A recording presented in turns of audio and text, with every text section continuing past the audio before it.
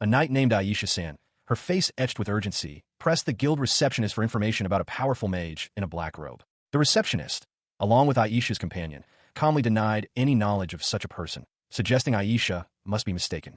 Unbeknownst to Aisha, the very hero she sought was standing right beside her. The commotion caused by Aisha's persistent inquiries drew the attention of other adventurers scattered throughout the guild hall. Her companion, embarrassed by the scene, profusely apologized for the disturbance. Meanwhile, two male adventurers at a nearby table discussed the ruckus, noting that it sounded as if a powerful monster had appeared and given someone a hard time.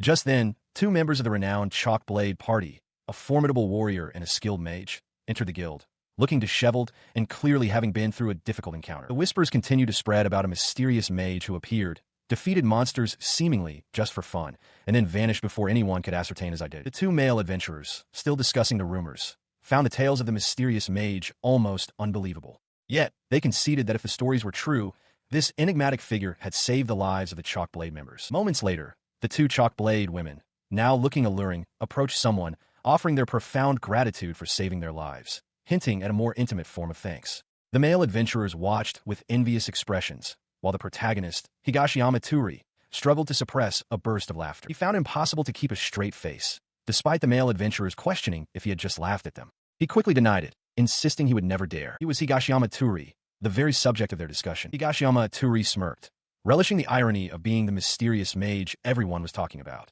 He felt a profound joy at having been reincarnated into this world, especially since it allowed him to stand out while remaining anonymous, delighting in the gossip about his secret deeds. He reflected on his lifelong desire to be a hero, but one who acted secretly, a stark contrast to the public protagonist role he had once envisioned for himself. He had lived an honest and safe life for 25 years, yet he had never possessed true confidence. But then his attention snapped to a child running into the street, a soccer ball rolling ahead. He cried out a desperate warning. As the truck bore down, he instinctively threw himself forward, pushing the child out of harm's way. Moments later, a disoriented Higashiyama found himself in an unfamiliar, bright space, greeted by a cheerful woman who introduced herself as something like a god and welcomed him to the afterlife.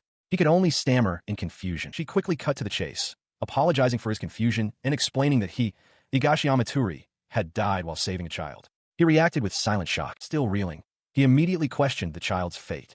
The woman, however, playfully suggested he must be depressed, urging him to listen. His anxiety evident, he pressed again, demanding to know if the child was safe and sound.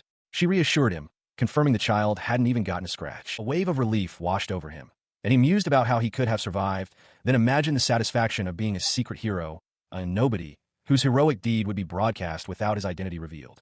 The woman, amused, noted his deep dive into fantasy, but then clarified she wasn't mocking him, stating that being a secret hero was everyone's dream and she thought highly of his actions.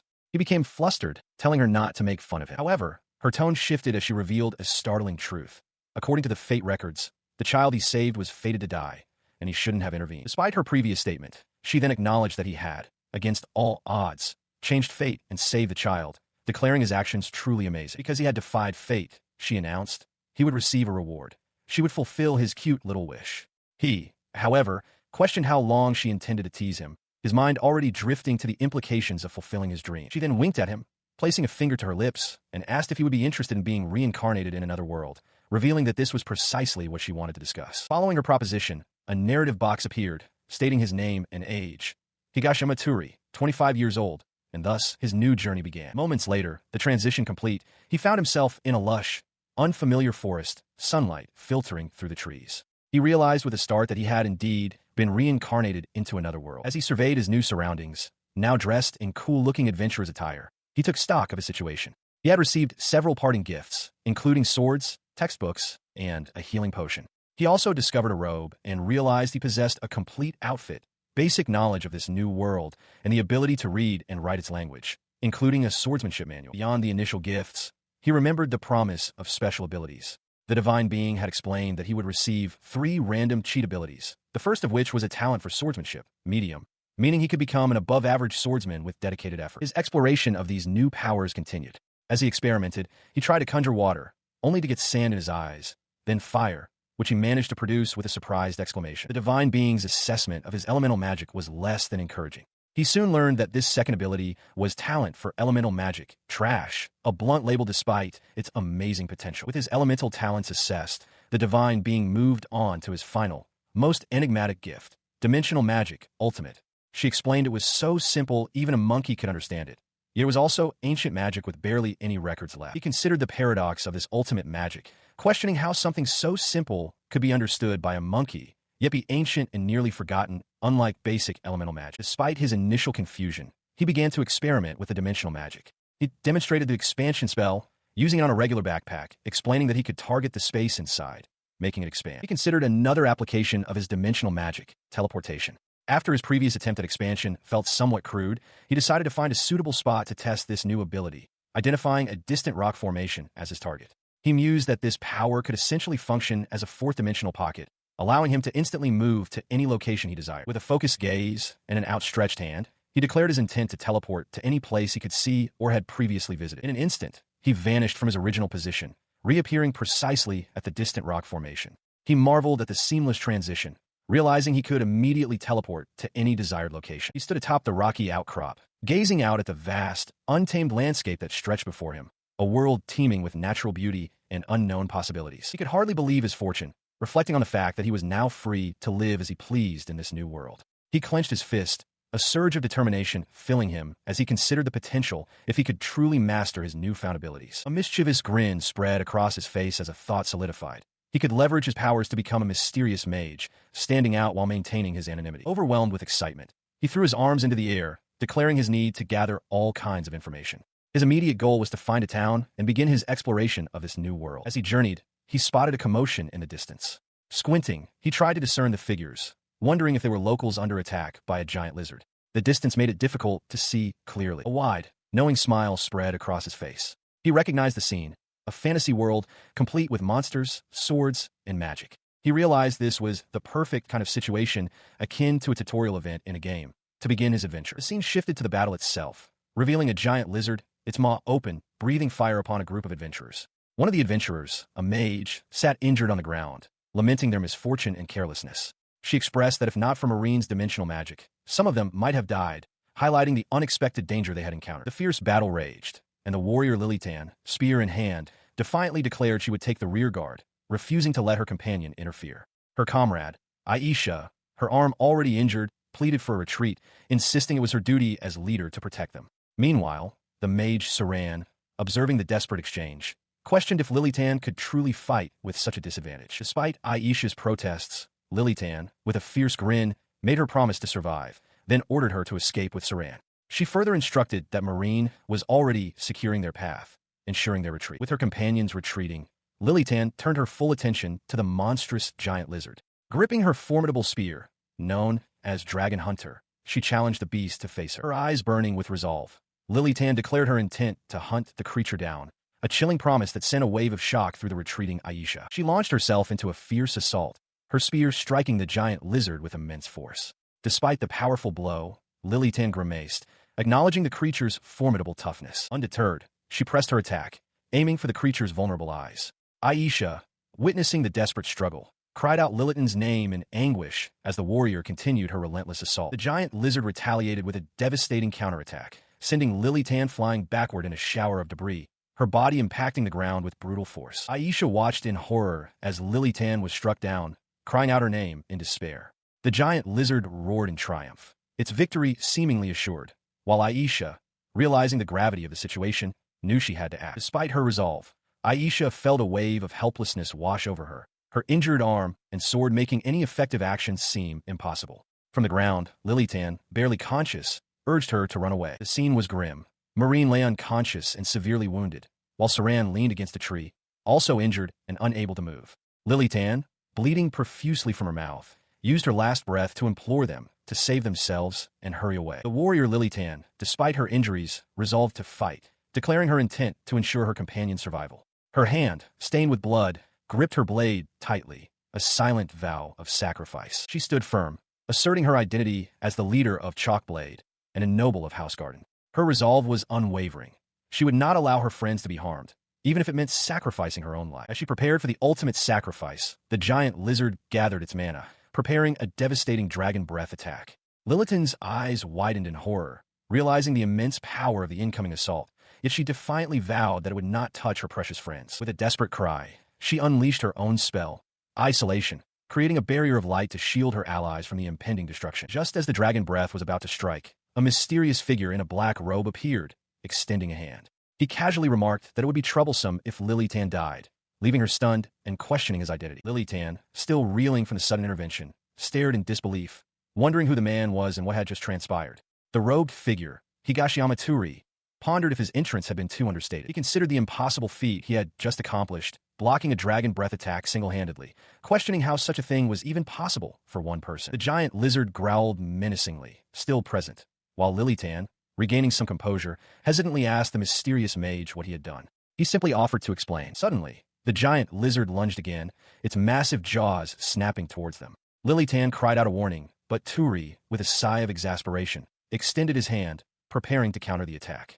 He muttered that the scene was going well until the lizard ruined it. With a confident smirk, he effortlessly caught the monstrous creature's jaw, holding it firmly in place. He warned the overgrown lizard not to interfere with his style. He stood before the injured warrior, Lily Tan, who stared up at him, bewildered and bloodied. She struggled to comprehend his sudden appearance and immense power, questioning his identity as her comrades, Saran and Ween, lay injured nearby. Lily Tan, still reeling from the encounter, felt a strange familiarity with his mana. It evoked a sense of nostalgia, stirring a faint, unsettling feeling that she had forgotten something crucial. He dismissed her questions for the moment, instead offering her a health potion. He then inquired if she was an adventurer from another town, to which she responded with gratitude for their rescue.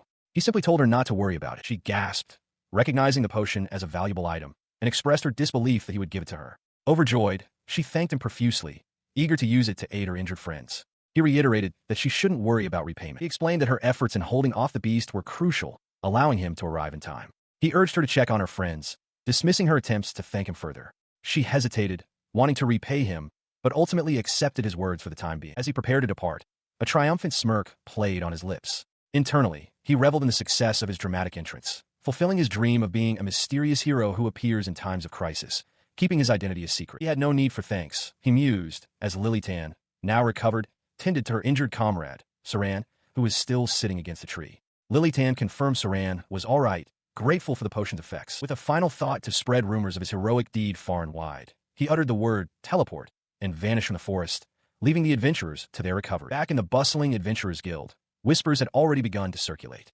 Adventurers discussed the mysterious mage who had single-handedly defeated a monster even the renowned Chalk Blade Party couldn't handle, wondering who he could be. Meanwhile, Higashiyama Turi, now in civilian clothes, beamed as the guild receptionist officially registered him as a rookie adventurer. He cheerfully acknowledged the registration, then overheard other adventurers discussing the very rumors he had orchestrated, a broad smile spreading across his face. He was taken aback as the receptionist, her expression fraught with worry, explained that the entire country was in an uproar, not just the guild. Search parties would likely comb the land for the mysterious hero. He had simply thought people would be overjoyed by the appearance of a hero. She continued, emphasizing the gravity of the situation. The hero had defeated a legendary dragon, a feat so immense that even the renowned Chalk Blade Party had been no match for it. His eyes widened in horror as the receptionist's words sank in. A legendary dragon? He had truly believed it was just a giant lizard. The revelation was enough to give him a headache, but the fact that no one knew who he was and that he had accomplished it alone only compounded his growing dread. Still reeling from the revelation, he inquired if the Chalk Blade Party was truly as amazing as she claimed. The receptionist, eager to share, assured him they were not simply amazing and offered to tell him all about them. She began to elaborate, describing Lily Tan, the mighty spear, a former mercenary renowned for her monstrous strength. Then, she spoke of Marine the Witch, an archmage capable of wielding 3 elements. Her explanation continued with Ween the Fire Fairy, the youngest member and the Witch's apprentice, followed by Saran the Beast Hunter, the scout and master of covert operations. Finally, she introduced their leader, Aisha Garden, the Slicing Princess, a genius swordsman. She explained that 2 members of Chalkblade held the highest rank of 6-star adventurers, making them the strongest party not just in Boris, but in the entire country of Grey Isle. She then asked Turi if he now understood the true power of Chalkblade. He could only manage a weak, The receptionist, noticing his sudden silence and pale complexion, called out to him. He internally admitted that he loved attention, but this was far more than he had ever expected, terrifying him. He had only wanted a few rumors to enjoy, but this was on a whole other scale. He had saved such amazing people. He realized, wondering why he had to start with the pinnacle of heroism. Overwhelmed by the implications, Turi clutched his head, lamenting that all he had ever wanted was a quiet, relaxing life in another world. He despaired, wondering what in the world he was supposed to do now. As he struggled with his internal turmoil, the receptionist, still concerned, asked if he was all right, noting his pale complexion. Turi, forcing a wide, unsettling smile, dismissed her concern, claiming there was no need to worry, though his words about being in despair for the rest of his life clearly did not match his forced cheerfulness. Saran expressed her dismay that the mysterious mage had departed without them having the chance to properly thank him.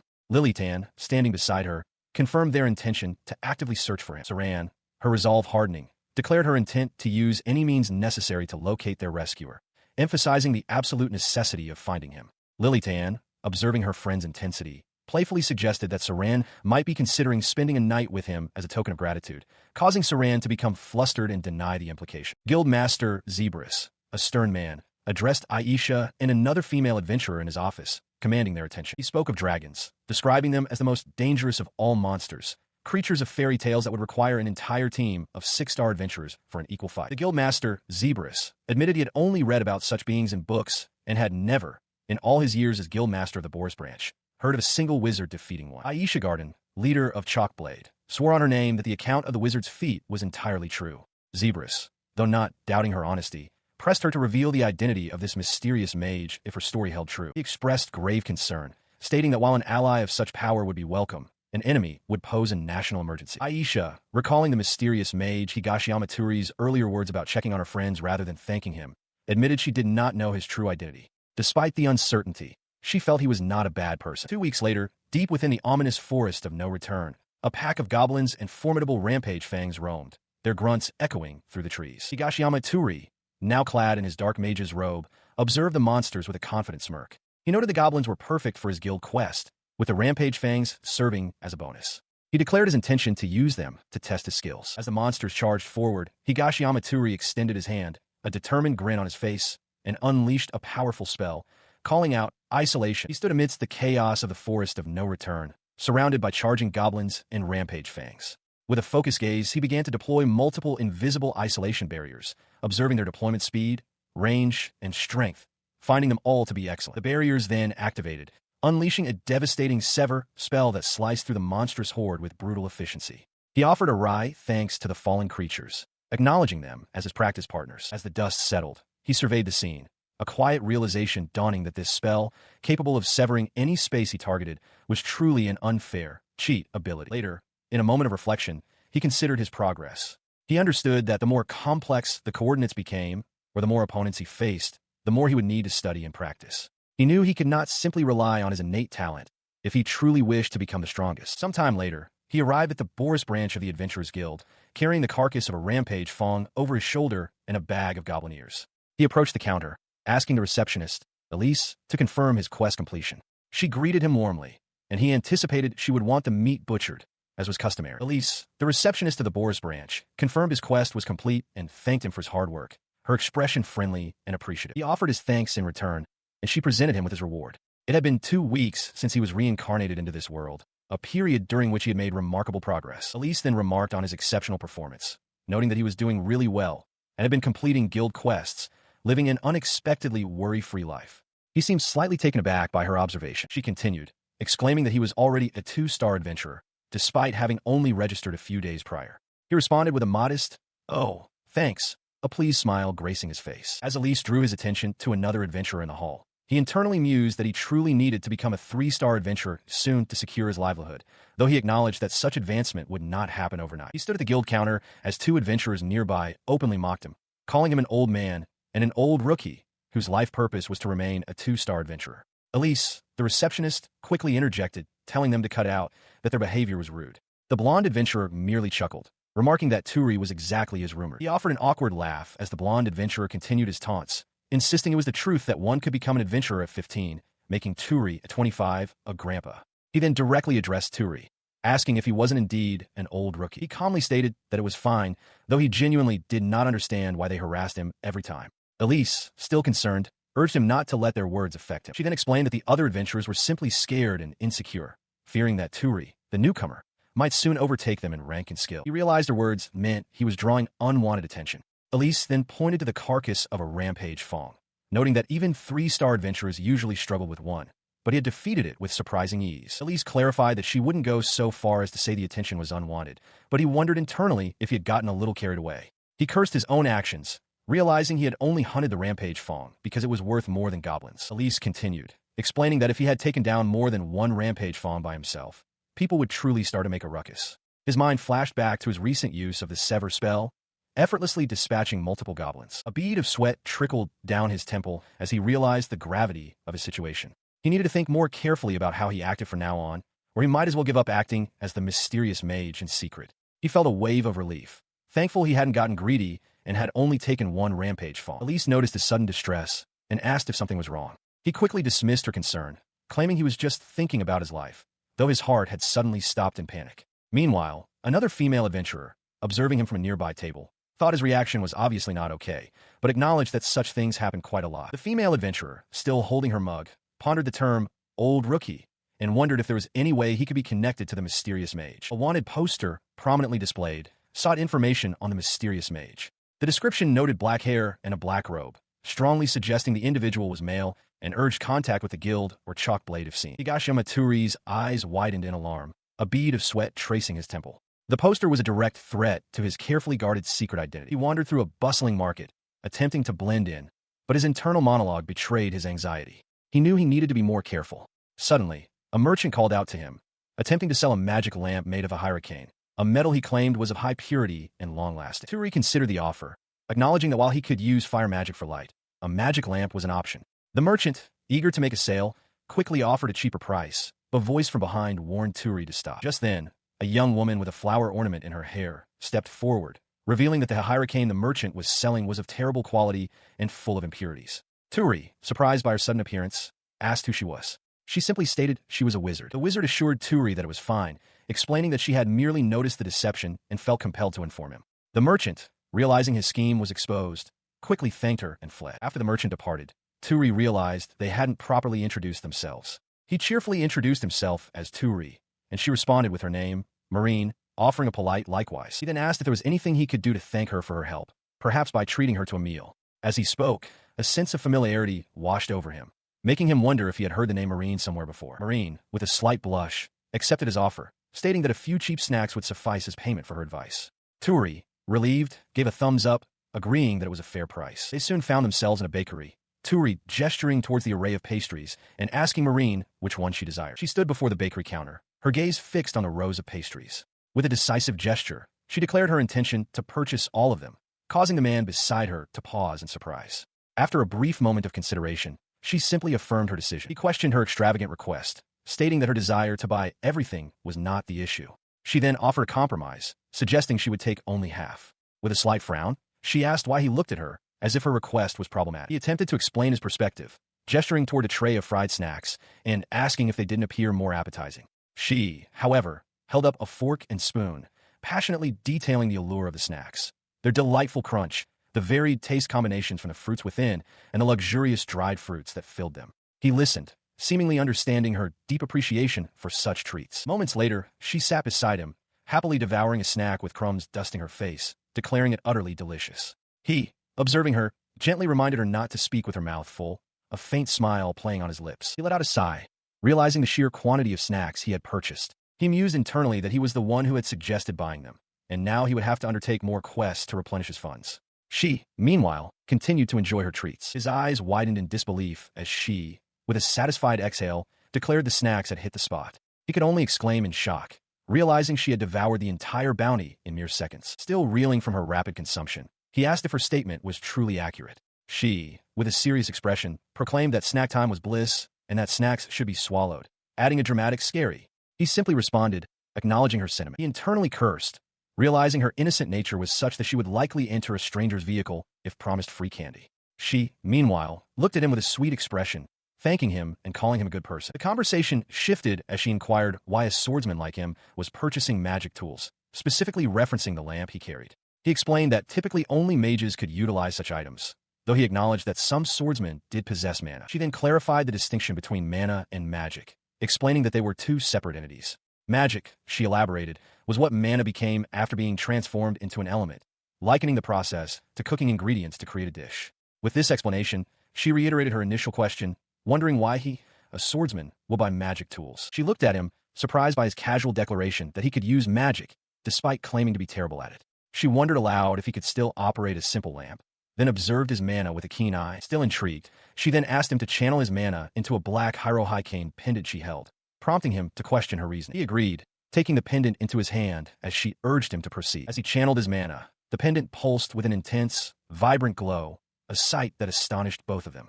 She wondered if he possessed the ability to wield truly amazing magic. He feigned ignorance, asking if she was referring to the magic that had saved Chalkblade.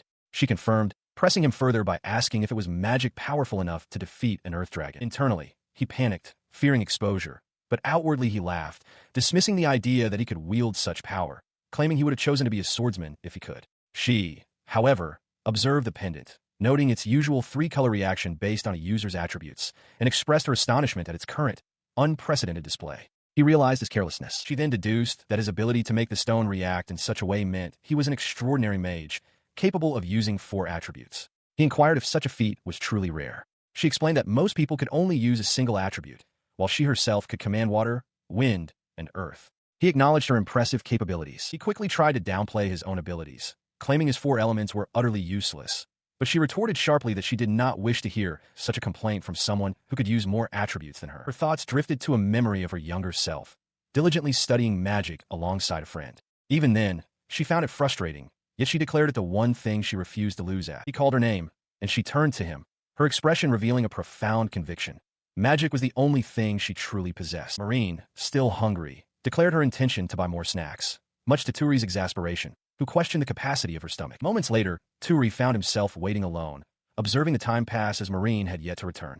Nearby, 2 other adventurers watched the scene unfold, one remarking that she would likely return with an entire mountain of snacks. As he waited, the 2 adventurers approached him, one with blonde hair and a smirk, asking what he had been discussing with Marine and if he had begged her to help increase his rank. Turi regarded them with a look of annoyance. Meanwhile, Marine returned, happily munching on her newly acquired snacks, oblivious to the ongoing conversation. The blonde adventurer continued to mock Turi, stating that one could never predict what kind of oddball an adventurer might become at his age, and sarcastically respected his shamelessness. She paused, hearing their words, and wondered what those 2, who usually loitered at the guild, were discussing. The blonde adventurer, still speaking, expressed his disappointment in Marine. He continued, dismissing Turi's presence and stating that Marine had taken pity on a guy like him, implying Turi was beneath her. His companion agreed, adding that he had truly respected her. Marine's eyes widened in shock and hurt as the blonde adventurer further declared that she had nothing but magic going for her, dismissing her as merely an oddball. As her gaze fell, the blonde adventurer and his companion continued their disparaging remarks,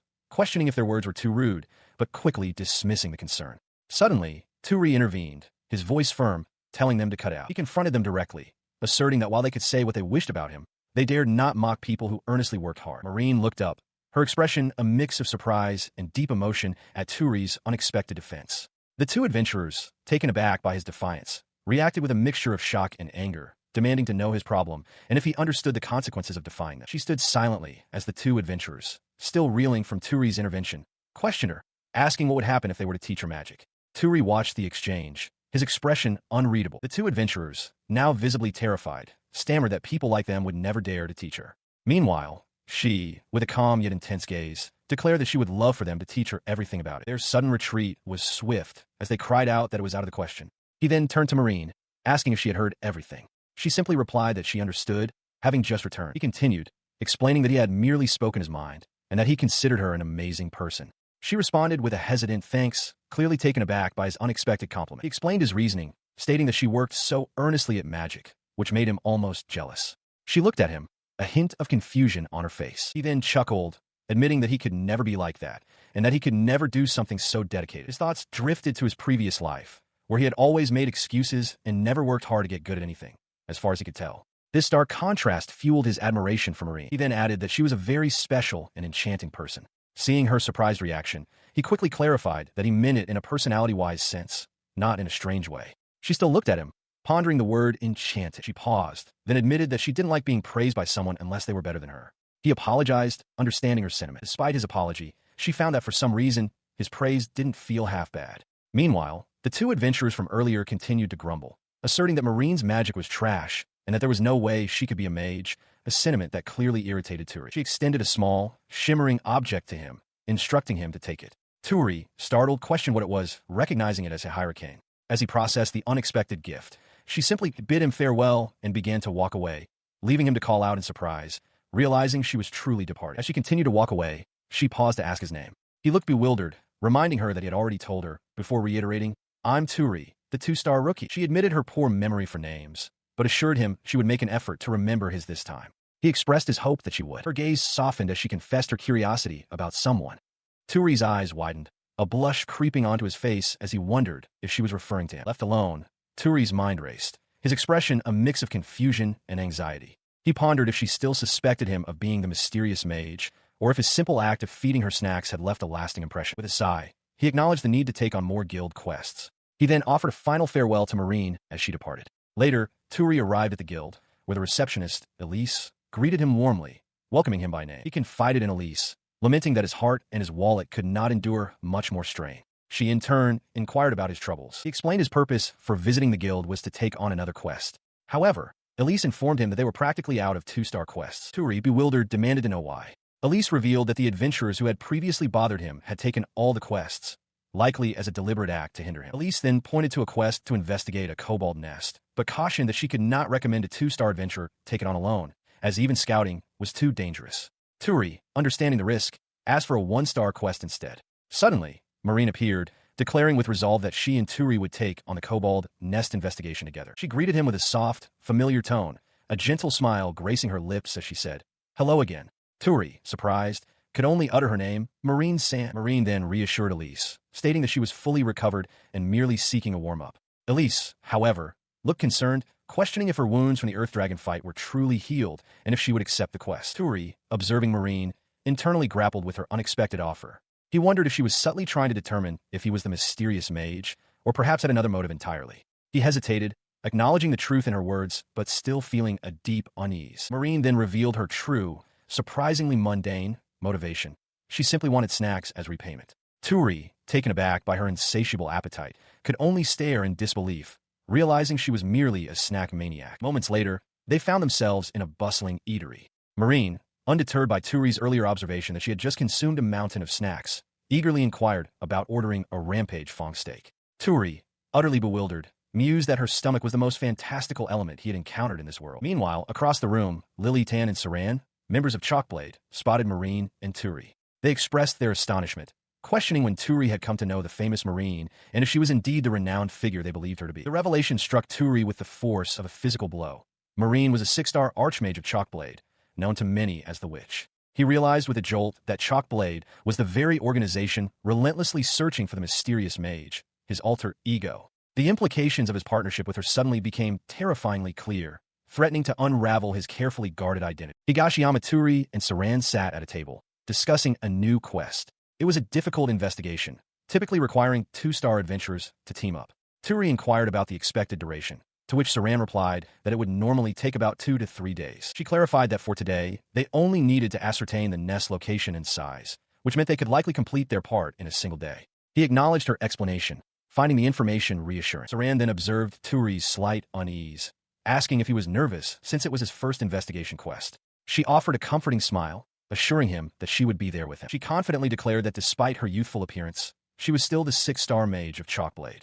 Turi, however, found this revelation ironically more nerve-wracking, realizing he would be spending an entire day with such a powerful individual. The narrative shifted focus to Saran, depicted enjoying various sweets, highlighting her unexpected love for them despite her formidable magical prowess. Later, as evening fell, Turi returned to his inn. A young boy, Lip, greeted him with an enthusiastic welcome, calling him Oni-san.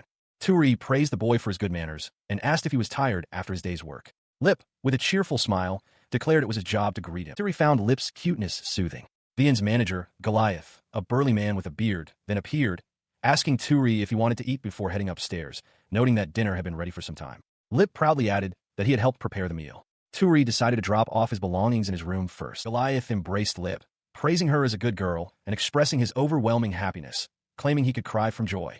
Turi watched the affectionate exchange, thinking to himself how truly cute Lip was. Goliath, noticing Turi's gaze, turned to him with a questioning look. The inn manager, his face contorted in a stern expression, loudly warned Turi not to start calling him father-in-law. Turi, unfazed, simply stated his refusal. This rundown inn, known as Tranquility, located just outside the city of Boris, served as Turi's primary base of operations. He reflected on his current situation, a quiet place away from prying eyes, exactly what he needed. Yet, after all the trouble with the Earth Dragon, calling his life flourishing would be a stretch. Upon returning to the inn, he offered Goliath some rampage fong meat, apologizing for any trouble he might have caused. Goliath, observing Lip's excitement, muttered to himself about feeling pathetic. Goliath thanked him, noting how much Lip smiled these days, a clear sign of happiness. He dismissed the thanks, stating that Lip's smile was more than enough payment.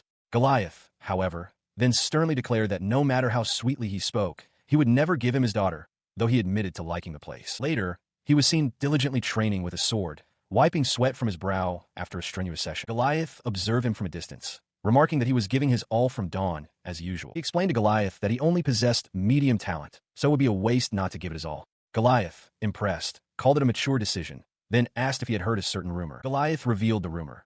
Chalkblade was desperately searching for someone, and a mysterious mage had recently appeared. The image of Turi in his mage attire flashed in the background, hinting at his dual identity. He reacted with a nervous sweat, realizing his blunder on the first day had indeed become the talk of the town. He found it hard to believe that that guy actually existed, feigning ignorance. His eyes widened in panic as he realized he was the truly terrifying fellow being discussed, and he worried about Marine's reaction if she heard the rumor that she, the witch, had admitted he was better than her in tears. Goliath's internal thought confirmed the rumor's existence. Meanwhile, in a forest, Marine, accompanied by a young girl and another friend, looked visibly upset as she asked if Turi had heard the rumor about her crying and admitting defeat. It was already too late. The rumor had spread. The young woman, Marine, fumed, declaring she would never forgive the mage for his actions. He, bewildered by her sudden fury, then overheard her muttering about snacks, realizing her anger was tied to her craving. He felt a wave of relief, understanding her true nature as a snack fanatic. As they continued their journey, he inquired about a barrier, to which she confidently replied that she had already erected one. He then observed more closely,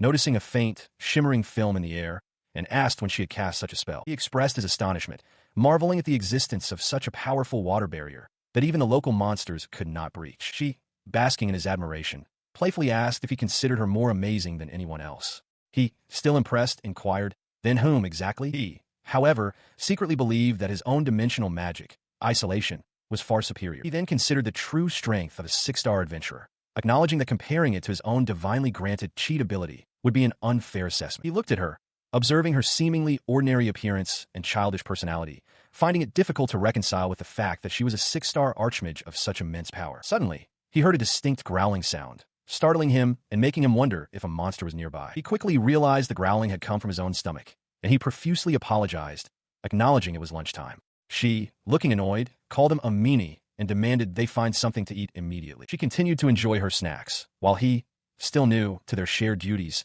expressed uncertainty about eating while on assignment. Dismissing his concerns, she explained that he truly understood nothing. He apologized, admitting his naivete, as she elaborated on the snack's true nature. They were not merely delicious but practical, revolutionary products specifically designed for adventurers, providing half the recommended daily intake of calories, vitamins, minerals, and iron. Then, she abruptly shifted the conversation, asking about a rumor he might have heard. He inquired why Chalkblade was so desperate to find the mysterious mage, questioning if it was merely to thank him for his past actions. She clarified that while gratitude was part of it, the main reason they could not ignore someone like him, given their position, was that he posed a huge problem. His goodness or badness was irrelevant. His existence itself was the issue. He still struggled to understand why letting the mage roam free was such a significant problem. She then revealed the true gravity of the situation. The mage wielded great power, similar to a hero from a fairy tale, and allowing him to roam free was inherently dangerous. He gasped, stunned by the mention of a hero. Internally, he reeled, a mix of pride and panic washing over him. He wondered if she was treating him like a legendary hero, a thought that brought a surge of coolness, even though he knew nothing of this world's heroes. Yet, a deeper concern gnawed at him. If his identity were exposed, he would no longer be able to act as the mysterious mage. He inwardly cursed, questioning why he was spending time with someone actively trying to unmask him. She affirmed that they indeed needed to find the mage, and he, with a nervous expression, acknowledged her statement. Furthermore, she added, she personally wished to meet him. He, surprised, asked for her reason. Another reason, she explained, was a rumor circulating that she had admitted he was stronger than her, and she intended to make him pay for spreading such baseless claims. He immediately protested, insisting he was not the one who said that. She continued to speak of the mysterious mage, explaining that his mana felt strangely nostalgic to her. Turi, listening intently, questioned what she meant by such a feeling, but she admitted she didn't fully understand it herself. Still, she believed that if she were to meet him, she might finally comprehend the sensation. She then urged Turi to inform her if he heard anything about the mage, asserting her unwavering resolve to find him no matter what. Internally, Turi's panic intensified, desperately wishing she would abandon the topic altogether. The pair soon arrived at a cave entrance, which Turi identified as a kobold nest. He explained that while their raw strength was comparable to goblins, kobolds possessed superior speed, coordination, and an excellent sense of smell, making them a formidable challenge even for 3-star adventurers. Therefore, they needed to approach from downwind. As Turi expressed concern about the kobolds detecting them, she confidently assured him that she had ensured they were downwind. However, her expression quickly shifted to alarm as she realized the creatures were indeed approaching. A sudden thought struck her. She had packed cinnamon-filled apple pie snacks in her bag, which likely attracted the monsters. Turi, exasperated, demanded to know what she had done, but she simply told him to watch her. With a determined cry, she charged forward, initiating a spell, as Turi watched in stunned disbelief, calling out her name. Turi's face contorted in a grimace of utter frustration, internally cursing her impulsiveness and labeling her a foolish child. He then launched himself into the fray, declaring himself the kobold's true opponent. He knew he had no other choice but to intervene. With a swift, powerful strike, Turi dispatched one of the kobolds, proclaiming its defeat. He acknowledged their speed, but was then caught off guard by something unexpected. Turi realized his initial attack had been a feint. Marine, seeing the danger, shouted a warning from behind him. Another kobold lunged from his blind spot, confirming their coordinated strategy. Turi cursed their cunning. He retaliated with a forceful strike, warning the kobolds not to get carried away. Though the damage he sustained was not severe, he recognized that their coordinated teamwork could spell serious trouble. He considered the lone kobold before him, believing he could manage the fight with his sword alone if it was truly the last one. His relief was short-lived as a horde of kobolds suddenly emerged from the cave entrance, revealing the true scale of the threat. Panic began to set in as he realized the overwhelming numbers meant he couldn't afford to be particular about his methods, yet he was unable to use his powerful dimensional magic. The situation was dire, and he feared he would perish if he couldn't find a way to fight back against so many. Just as despair threatened to consume him, a massive sphere of water materialized, trapping the entire kobold horde within a water prison.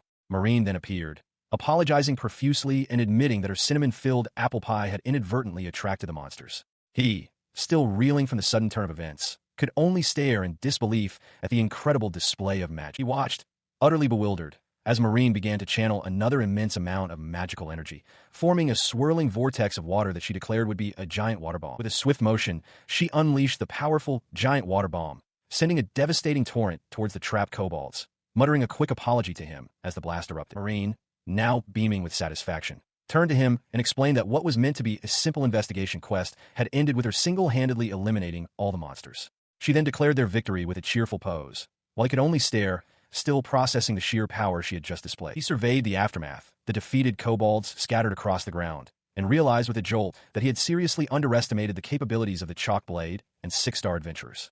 The display of power had been truly incredible. His thoughts then turned to the Earth Dragon, a creature so formidable that even these amazing, powerful people couldn't defeat it, and yet they were now after him. The implications were unsettling. Later, back at a grand building, Marine casually remarked that she had taken out the entire horde in one hit and was now heading back for more snacks. He, exasperated, reminded her that she had just eaten. In a quiet, elegant room, Marine and her childhood friend shared tea. Her friend expressed surprise at Marine's unusual interest in someone, remarking that Turi was both funny and very interesting. Marine, however, was deep in thought, connecting the rookie adventurer Turi with the mysterious maid she sought. She concluded that they must keep a close eye on him. Higashiyama Turi, a new adventurer, had caused a stir within the guild with his unusual name, Reincarnating. He was often seen with Marine, a young woman with long, light-colored hair and a flower ornament, known as one of the guild's most valuable members. Turi, however, harbored a secret. He was a space mage, hiding his true power. He had previously helped Marine, and though he felt he should not have gotten involved, he had done so to protect her. Meanwhile, Marine, cloaked and observing Turi from a distance, mused on her own tracking abilities, confident that he would never suspect he was being followed. Turi, however, felt an unsettling presence and wondered why he was being followed by the very beautiful knight he had once rescued. He reflected on his true goal in this world, to enjoy delicious sake. He had been forced to act as a mysterious mage, drawing attention to himself, and had even used his powers to defeat a giant lizard, leaving him no time for his simple pleasures. He resolved that next time, he would be more careful with his mage actions to ensure he could finally savor his sake. A sudden realization struck him. His identity might be exposed. He wondered why he was being followed by the very person he most wanted to avoid, especially when her tracking skills were so clumsy. He recalled the incident where he had helped Aisha, remembering that he had used space magic to obscure his face and alter his voice, making identification impossible. Yet, the persistent feeling of being watched lingered. As Turi tried to act naturally, he noticed Marine still observing him from a distance. He concluded that she likely wouldn't do anything rash, and he still couldn't discern her true intentions. He decided it was best not to act impulsively himself. Marine, growing impatient, confronted Turi, expressing her annoyance that he kept trying to shake her off despite her repeated warnings. She wondered if his behavior was due to the cake she had given him, or perhaps a quest, noting that he had been clinging to her ever since. Turi internally lamented that his reputation at the guild had plummeted because of his casual interactions with Marine. He worried that if he got too involved with her and her party, the Chalk White Blade, his secret identity would be in grave danger. He apologized to Marine, who then clarified that she disliked being addressed with the honorific San, stating that they were friends. She then asked if he was busy that day, causing Turi to feel a pang of guilt, realizing she was his first friend in this new world. He found himself utterly bewildered as Marine, with an innocent yet direct gaze, asked if he would engage in naughty things with her. Beside him, Ween, still in her hooded cloak, gasped in utter shock and embarrassment at the implication. Still covered in the remnants of a dessert, Marine continued her line of questioning, pressing him to clarify what naughty things meant, suggesting it was something one could eat. Ween remained frozen in a state of mortified disbelief. He attempted to deflect, explaining that he was merely trying to confirm something, while Ween, realizing the potential for a grave misunderstanding, frantically declared that the surveillance must be called off immediately to prevent further error. Marine, still covered in the sweet concoction, finally clarified her meaning. The naughty thing was in fact a viral super sweet dessert known as a calorie bomb, which was so indulgent it should only be eaten on holidays. He let out a sigh of relief, realizing the true nature of her request, and agreed to join her.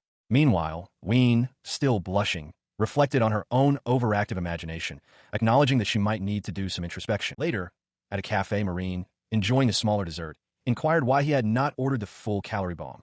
Ween, however, sat before an enormous, towering dessert, clearly indulging in the infamous treat. As they ate, Marine casually mentioned that Saran had returned. He reacted with surprise, recognizing the name as the vice leader of Chalk White Blade, a significant figure in the guild. A sense of relief washed over him and Marine as they learned that Saran's injuries had finally healed completely. Ween, also present at a nearby table, shared in their quiet celebration of the news. He expressed his profound relief, noting that with Saran's recovery, he could finally relax a little. Marine added that this meant Chalk White Blade's activities would also resume, to which he responded with renewed excitement, declaring it excellent news. However, his moment of peace was interrupted as Marine, with a sly glance, asked him for a bite of his cake, reminding him that their time together was now reduced. Ween, meanwhile, continued to devour her massive dessert. She reached out, her fingers extending towards the cake, prompting a panicked reaction from him. He recoiled, shouting for her to stop and insisting he would handle it himself, while Ween looked on in surprise. He then vehemently told her to stay away from him, calling her a pervert. Ween, Marine's disciple and a member of the Chalk White Blade, confronted him, demanding to know who he was. Marine attempted to calm her, explaining that he was her friend. However, Ween remained unconvinced, accusing him of attempting to deceive her master. She internally sighed, lamenting her master's excessive trust and naivety when dealing with such a suspicious individual. He realized that Ween was Marine's disciple, a fact that surprised him given Marine's reputation. Ween then abruptly declared that they needed to leave immediately, fabricating an excuse about an urgent meeting. He admitted to himself that he was genuinely a little sad about the turn of events, but quickly dismissed the feeling, telling himself not to dwell on it. He chastised himself for getting emotional, reminding himself that Marine's nature was unchanging. Meanwhile, Marine, with a pout, lamented that she hadn't even finished her cake. He thanked her, but her subsequent expression of sadness at having to part ways with him only made him feel worse. He walked away from the cafe, a heavy sigh escaping his lips as he navigated the bustling city streets. He realized with growing frustration that he wouldn't be able to operate as a mage if he was constantly being pursued by such conspicuous individuals. He reflected that, despite his initial goals, he hadn't been able to act as a mage since the very first day. If he didn't move according to his plan soon, his objectives would be jeopardized. He knew he had to do something about Marine. He found himself approached by a blonde adventurer who, with a confident smirk, addressed him directly, asking if he was Turi. The adventurer then referred to him as Rookie Karatan, prompting Turi to question his identity, noting the man's impolite manner. He then reached out, grabbing Turi's hand with a casual oops, and offered a quick apology for his earlier rudeness, maintaining his unsettling smirk. He extended his hand, a strange sensation washing over Turi, who wondered if it was some form of magic. The blonde adventurer declared that as long as someone showed interest, he would respond. He then kicked the ground, sending debris flying, and explained that even if he were serious, Turi likely wouldn't die from his actions. He offered a belated introduction, asking Turi what he was doing from such a distance. As he prepared to introduce himself fully, a sudden, swift movement intervened. Aisha, the leader of the Chalk White Blade party, appeared, her sword deflecting the blonde adventurer's attack, leaving Turi startled. She then introduced herself as Aisha Garden, leader of the Chalk White Blade party, apologizing for her own belated introduction. She questioned the blonde adventurer's actions, asking why he was helping Turi, finding his question strange. She stood firm, her gaze unwavering, as she posed a rhetorical question. Was a reason truly necessary to protect someone? He stared back, utterly shocked, realizing that nothing had been cut or damaged by Aisha's intervention. His tunic, now torn open, revealed a surprisingly well-defined, muscular torso, a testament to the force of Aisha's precise, non-lethal intervention. With her blade still poised, Aisha calmly addressed the flustered adventurer, who could only stammer in surprise, his face flushed with embarrassment. Defeated and humiliated, the blonde adventurer cursed his misfortune, realizing he had been outsmarted by the chalk-white blade. Aisha, composed and elegant, questioned if her actions had been a little unseemly, while Turi watched, wide-eyed and astonished. She then turned her attention to Turi, expressing a slight curiosity about the man who had just been defeated. Turi, in turn, hesitantly asked if she was Aisha-san of the chalk-white blade. He introduced himself as Turi, a novice adventurer, and thanked her for her assistance. Aisha acknowledged his name, stating she had heard of him, and remarked that the Marines seemed to cause him quite a bit of trouble. She then quickly added that her presence there, helping a Marine, was purely coincidental. Turi, observing her flustered explanation, internally noted that she was clearly not the type of person who could lie convincingly. He then felt a strange sense of familiarity, wondering if they had met somewhere before. Aisha, looking at him more closely, also seemed to have a similar realization, her eyes widening slightly as she uttered a surprised "oh." She quickly dismissed the thought, stating that the incident with the blonde adventurer needed to be reported to the guild immediately.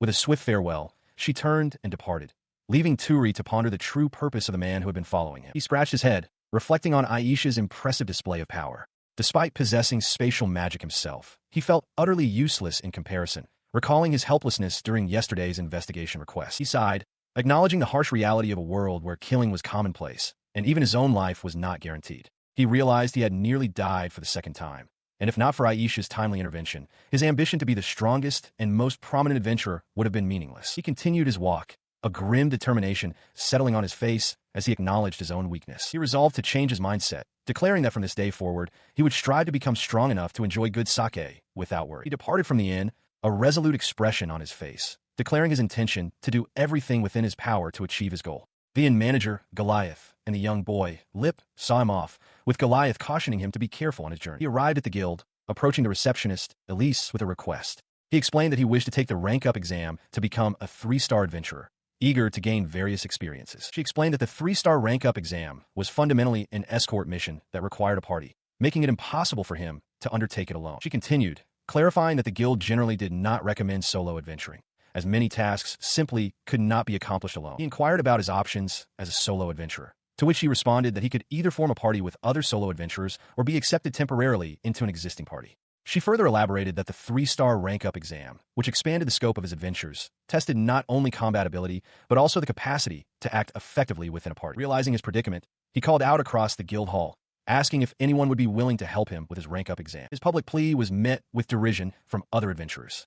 One adventurer, with blonde spiky hair, mocked him, suggesting he beg the chalk-white blade for help, while another scoffed that it was his punishment for being too friendly with Marine. She offered a less-than-ideal solution, suggesting he wait a few months for new adventurers to join the guild, as he had no prior connections. He was visibly frustrated by this prospect, realizing how long that would take. As he grappled with this reality, a new group entered the guild hall, drawing the attention of many. Aisha, Saran, Ween, Lilitan, and Aisha's female companion stood together, a formidable and striking presence. She then directly addressed him, her gaze piercing, asking if he was dissatisfied, or perhaps dissatisfied with them. He reacted with a startled expression, stammering a denial, wondering why he always found himself in such situations. He knelt before Aisha, offering a desperate apology. She looked down at him, her expression stern, reminding him to always bring back his prey and never to attack without orders.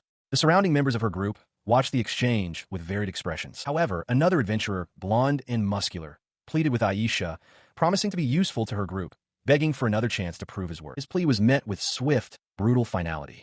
Aisha declared there were no second chances for the useless, as Lilitan, the chalk blade warrior, stood with her sword, having just delivered the fatal blow that severed the man's head. After the brutal display, Aisha and Turi walked away. She explained that if they successfully isolated the rookie Carrot Ann, many things would become much easier for them. He simply acknowledged her words, stating his understanding. He reflected on Aisha's words, realizing that she was just like Ekin-sama, who seemed to enjoy bullying the weak. Then, with a subtle shift in his demeanor, he revealed his true name, Aru. He continued, musing on the difficulty of managing so many women, a thought perhaps sparked by the memory of the executed adventurer's smirk. With this group, known as the Viper's Den, could Turi truly continue to hide his identity as the mysterious mage? A grand celebration unfolded, dedicated to the savior of the chalk-white blade. Aisha, radiant and joyful, extended her heartfelt thanks to Turi, while other women, including Lilitan, Aisha's companion, Ween, Marine, and a blonde adventurer, looked on. Turi, caught off guard, realized his true identity had finally been exposed, leaving him wondering what would happen next. Amidst the festivities, Marine, now covered in a generous layer of cream, was presented as a peculiar dessert. Turi, utterly bewildered by the sight, could only stammer her name in disbelief. Aisha's companion, and Ween watched the strange spectacle unfold. Still adorned with cream, Marine leaned in, her expression a mix of challenge and allure, questioning Turi if he truly found himself unaroused by her presence. He, in turn, wrestled with the internal conflict of refusing such an unusual, yet tempting, offer. As Turi hesitated, Marine extended a hand, inviting him to taste her. He averted his gaze, clearly uncomfortable with the directness of her proposition, while Lily Tan, Aisha's companion, and Ween observed the awkward exchange from a distance. His discomfort intensified as Marine made a suggestive gesture, causing him to recoil in shock. Ween, witnessing the bold display, also reacted with a gasp of surprise. Suddenly, Aisha, now impeccably dressed in a maid uniform, stepped forward. She formally introduced herself as Aisha Garden, a knight, and declared her role as Turi's savior, much to his astonishment. Without warning, Aisha leaned in and licked Turi's finger, offering to clean him thoroughly. He was left speechless and visibly flustered by her unexpected and intimate gesture. Blushing deeply, Aisha reaffirmed her pledge, stating that as a knight of the Garden family, it was her duty to serve her savior, Turi, with all her heart and soul. She then provocatively asked what he desired next, leaving him in a state of bewildered anticipation. Reincarnating expressed his distress, questioning why he, a member of the Chalk White Blade, would be accompanying them on a rank-up trial, fearing it would only draw more unwanted attention to him. Lilitan, however, challenged his apparent dissatisfaction, presenting it as a timely offer to fulfill the trial's requirements. He continued to voice his reservations, fearing he might inconvenience the Chalk White Blade group. Lilitan, however, calmly dismissed his worries, assuring him it was quite the opposite. Lilitan then clarified her true intentions, explaining that numerous unfavorable rumors circulated about him. They offered to accompany him specifically to ascertain the truth behind these widespread tales. She then declared her distrust of rookie Reincarnating. In the background, other adventurers cheered loudly, some urging Aisha to thoroughly defeat him, while others praised the Chalk White Blade as their role models. He stared in wide-eyed horror, a chilling realization dawning upon him. He was undeniably going to be accompanying them. Meanwhile, Elise, visibly distressed, called out to Lilitan. Lilitan, with fierce determination, vowed that they would stake their lives to escort Elise to her destination. Ween echoed this sentiment, promising their protection. Elise, however, expressed her worry, reminding them that she was currently a fugitive in hiding. Reincarnating watched the exchange with a surprised expression. Ween and Lilitan continued to reassure Elise, who, deeply moved, thanked them and pledged to reach the next town. He abruptly interrupted the emotional farewell, questioning if they could cease the theatrics and simply depart. Lip, standing nearby, readily agreed with his sentiment. Elise then clarified that she was the VIP for their rank-up trial, urging them to take the mission seriously. Reincarnating acknowledged her statement. Lilitan further elaborated, explaining their mission was to escort Elise from their current location to Boar City, and then onward to the next town, a journey expected to last 4 days. She added that while her father was serious about the mission, she herself was only half-joking. He reluctantly agreed to the mission. Lilitan, observing his tension, advised him to relax and consider this a bonus, assuring him that they would follow all his commands throughout the journey. He, however, internally questioned whether he was truly being trusted or merely resented. He began to lay out the mission strategy, declaring he would serve as both commander and fighter, requesting the support of Lilitan and Marine. He outlined the formation. 3 individuals would guard the carriage, with Elise designated as the VIP. Lilitan and Ween promptly affirmed their readiness. Ween, however, adamantly refused to be separated from her master, asserting that his very life depended on her. Saran then instructed Ween to provide cover from the rear and directed Lilitan to scout ahead, to which Lilitan readily agreed. He then mentioned that Aisha should drive and protect Elise in case of an emergency, a prospect that thrilled Ween, who eagerly anticipated safeguarding her master. He continued by explaining the available routes. The Eastern Mountain Path, while the shortest, was fraught with powerful monsters and the risk of landslides due to recent heavy rains. Therefore, prioritizing the client's safety, they would take the Western Lowlands route, despite its higher likelihood of encountering bandits or other monsters. As he finished, Elise observed him intently, noting that he was clearly being evaluated. Lilitan, too, seemed to assess his planning, concluding that it was not bad. Elise, for her part, felt a strange sense of déjà vu, as if she were back at her old office job. Ween then offered him a cookie, but he quickly told her to wait. She grumbled about the journey being tough, prompting him to warn her not to squander his kindness. With the plan set, Elise suggested it was time for them to depart. As they finally began their journey, Elise remarked on his impressive ability to give instructions and summarize information. Lilitan, however, questioned if such skills were not simply ordinary. He acknowledged her compliment with a smile, reflecting that his communication skills, honed during his time as an office worker, were finally proving useful. Elise, still observing him, found it difficult to believe he was merely a rookie adventurer operating solo, concluding that the trial itself must be the true challenge. He then reassured Marine that her presence was not the cause of any trouble, but expressed concern that his own reputation might suffer from their association. Elise interjected, mentioning that she had heard his reputation was already poor due to his frequent companionship with Turi. Marine, overhearing this, angrily denounced him as a pervert. Ween, fiercely protective, immediately yelled at Marine not to try and seduce her master, echoing the accusation of perversion. Marine, however, calmly explained that she was merely using magic detection to ensure their safety and urged Ween not to neglect their rearguard duties. Elise then questioned him, asking if he truly didn't know what magic detection was. He apologized, admitting his lack of magical knowledge. Ween, realizing she had inadvertently given Marine an opportunity to get closer to her master, became furious. He, however, offered to teach Marine about it later, a suggestion that visibly surprised her. He mused internally that Ween seemed to be thoroughly enjoying her life. He found himself the target of Lilitan's boisterous laughter, as she playfully chided Saran to return to her position. Saran, visibly annoyed, could only offer a terse yes. Lilitan then turned her attention back to him, remarking on his strength, which left him surprised. She dismissed his modesty, insisting that her intuition was never wrong about such things. Her teasing escalated as she leaned in close, suggesting they spend the night together. He recoiled, flustered by her forwardness. Lilitan, undeterred, declared her preference for strong men and promised to ensure he had a thoroughly enjoyable time. Lilitan, seeing his discomfort, offered a quick apology for her playful advances. However, Elise swiftly intervened, reminding him of their prior agreement and asserting her own claim to his time, stating she had a promise to teach him magic first. He looked on, bewildered by the sudden turn of events. Elise, with a calm demeanor, assured him she was not angry, dismissing the situation as insignificant, even as the journey ahead promised to be full of challenges. As the group continued their journey, Saran, with a polite request for a moment of their time, suggested they take a lunch break, noting their good pace. Turi readily agreed to the idea. Moments later, Saran turned to Turi, asking if he was familiar with a technique called reinforce.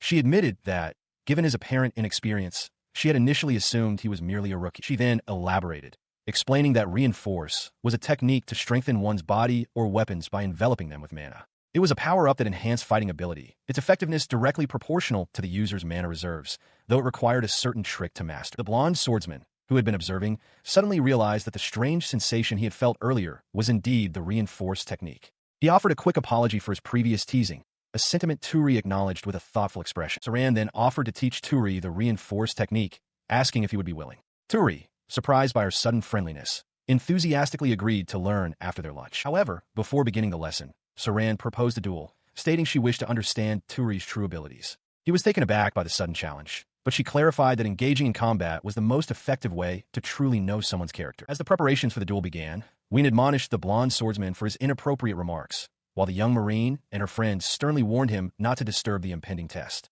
The blonde swordsman, seemingly oblivious, wondered what the fuss was about, as Saran remained focused, observing their surroundings. Marine then turned to Turi, asking if he was ready, to which he affirmed his preparedness. She subsequently requested that Saran give the signal to commence the duel, and Saran, with a slight nod, agreed. Saran declared that she, too, had trained to the death and intended to land at least one strike during their encounter. Turi, acknowledging the clear disparity in their strengths, nonetheless viewed this as a rare and valuable opportunity. With Marine's command to begin the duel, Turi immediately lunged forward, his sudden, aggressive charge catching Saran by surprise. He stared, wide-eyed and disoriented, as a voice accused him of carelessness, despite the sword in his hand. He remained stunned as Saran reiterated her distrust, reminding him of her words at the guild. She then commanded him to correct his fighting stance. He stammered, unable to comprehend how he could possibly land a single blow against her. Saran, however, simply smiled, assuring him not to worry as she had brought plenty of healing potions. Turi internally grumbled about her overconfidence. Meanwhile, from the sidelines, Ween remarked on Turi's apparent cowardice, noting his inability to even adopt a proper stance. Aisha's female companion questioned her own intuition, while Aisha herself felt her resolve crumbling just by witnessing the scene. Saran, however, let out an excited exclamation. Aisha's female companion asserted that Aisha was too strong for Turi to defeat, but Aisha quickly countered, defending Turi and insisting he was no coward. He pondered the futility of his struggle, yet a spark of determination ignited within him. Suddenly, Aisha's female companion cried out his name, urging him to press on. With a sudden burst of resolve, he lunged forward, declaring that fleeing without a fight would be truly pathetic.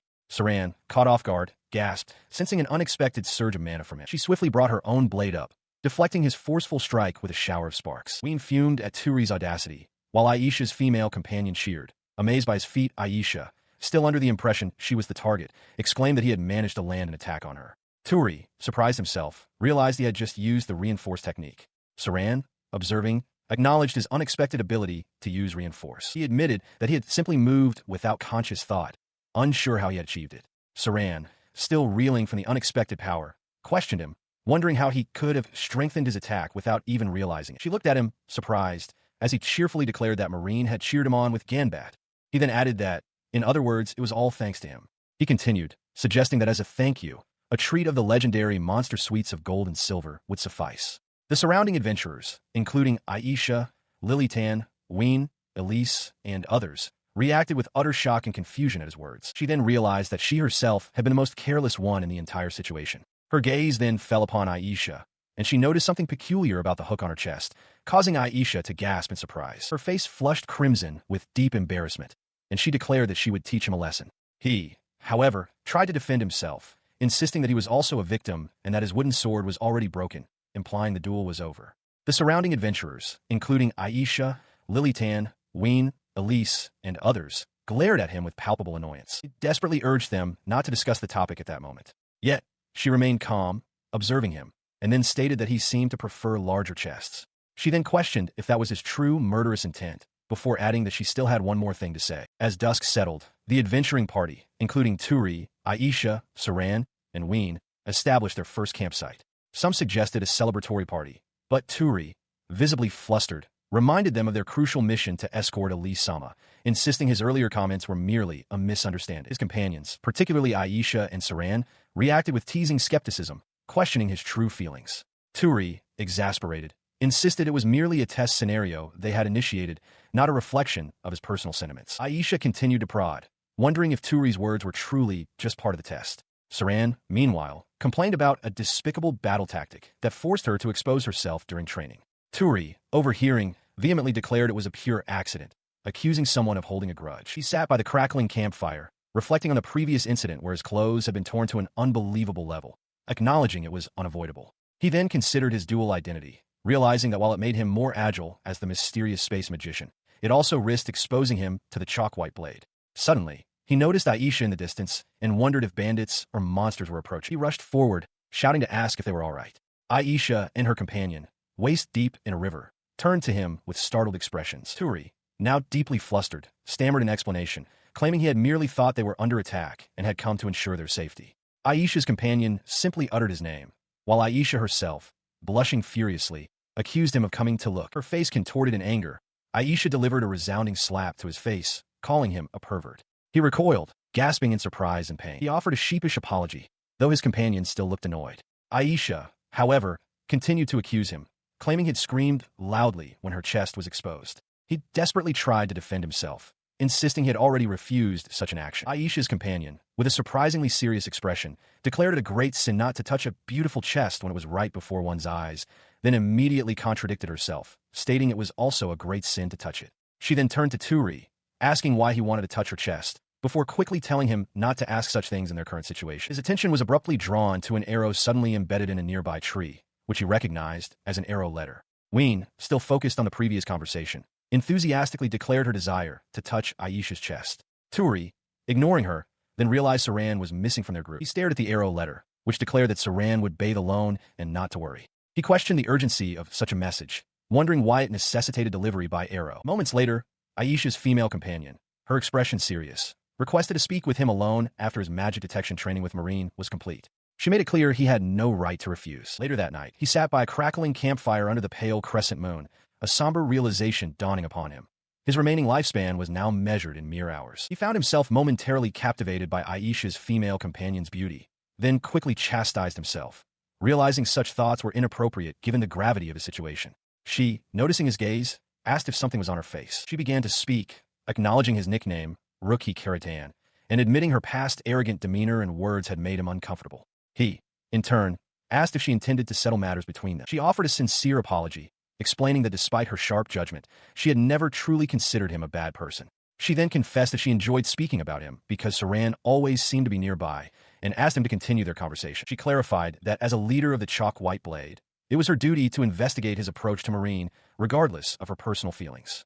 Her primary hope was always for the safety of all her comrades. He finally understood the reasons behind her previous actions. She asked him to consider her apology, which included the slap, admitting she had panicked when he provoked her at the guild. Then, with a soft smile, she expressed feeling honored and praised him. She further explained that her harshness was also a form of protection. Her reputation was far greater than he imagined, and being friendly with him in public could have made him a target of others' anger. She cautioned him not to misunderstand her intentions. However, with a cheerful smile, she declared that she would absolutely not forgive him for peeping on her while she was bathing. He, utterly shocked, tried to explain it had been an accident, but she remained firm in her refusal to pardon him. Deep within the tent, Aisha, her female companion, and Saran slept soundly, their peaceful breaths filling the quiet night. One of them murmured softly in her sleep, a gentle whisper of master, escaping her lips. While they rested, Higashiyama Turi sat by a crackling campfire, contemplating.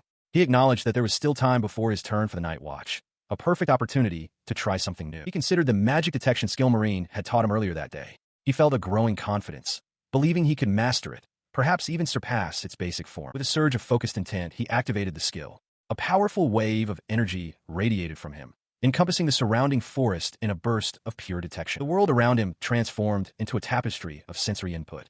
His eyes widened in astonishment as he perceived shadowy figures lurking in the undergrowth, feeling as though he could see and understand everything directly, an overwhelming flood of information. This was no mere magic detection that only sensed mana reactions. This was an advanced form, space magic detection, a cheat-like upgrade that allowed him to comprehend everything in his vicinity. A sudden, horrifying realization struck him. He remembered his previous accidental peeping incident and panicked, apologizing profusely. He understood that this new, all-encompassing detection meant he could inadvertently see everything, and he vowed to be far more careful in the future. His internal turmoil was cut short by a more immediate threat. Two kobolds emerged from the shadows, their snarls echoing through the quiet night.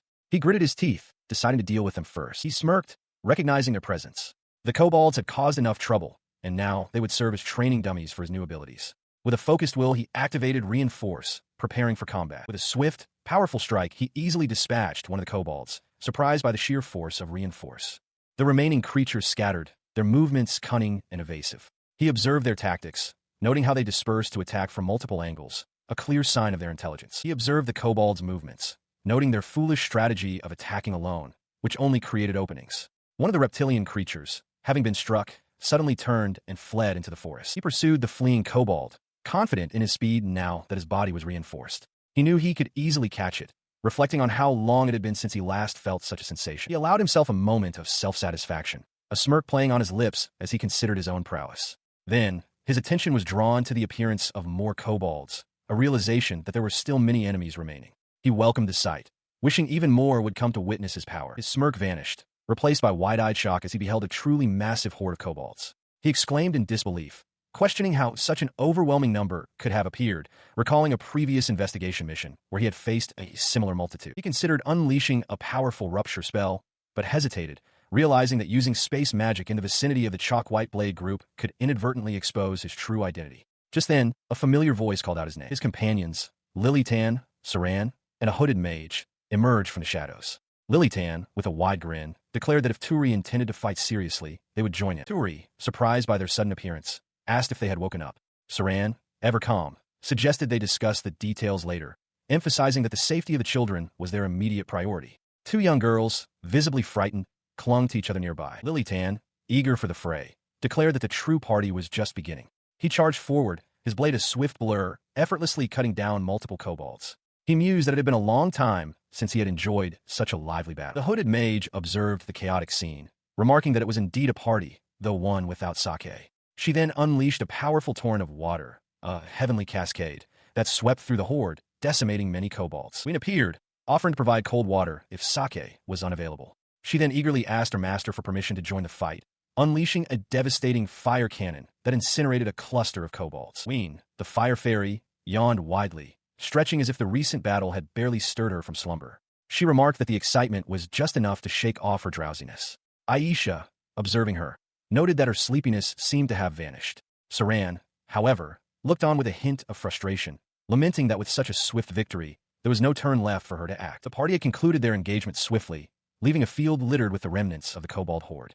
Higashiyama Turi, witnessing the aftermath, acknowledged their overwhelming power. He mused internally, recognizing them as the Chalk White Blade, undoubtedly the strongest party in Holies, and felt a profound sense of awe at their capabilities. As the dust settled, Aisha approached him, and he offered his sincere thanks for their timely assistance.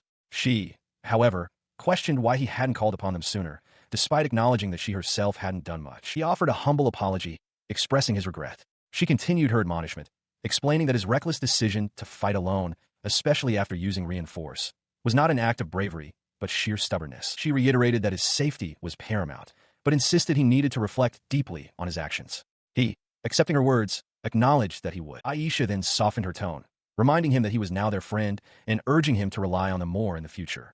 He thanked her, promising to do so. Then, he hesitantly asked if he could report something, which she readily permitted. He explained that while using magic detection earlier, he had sensed a mana signature resembling a person's shadow, though he couldn't confirm an actual presence. Aisha considered this, suggesting it was likely a group of bandits or merchants, as the path was frequently used. She then emphasized the importance of reporting even the slightest unusual occurrences and to call them immediately if anything seemed amiss. However, Aisha then added a crucial warning. He should not be reckless with his detection magic. She specifically instructed him not to peep into their tent. He reacted with a sudden jolt of alarm, realizing with a flush of guilt that his detection skill might have inadvertently revealed more than he intended. Under the pale moonlight, he frantically tried to explain himself, denying any malicious intent, but his companion's reaction suggested they were not entirely convinced. Meanwhile, from a distant peak, a cloaked figure observed the group, a sinister smirk playing on his lips. He noted that Turi seemed more deeply involved with the chalk-white blade than he had initially assumed. The figure resolved to report this development for further investigation, hinting at malevolent forces operating in the shadows.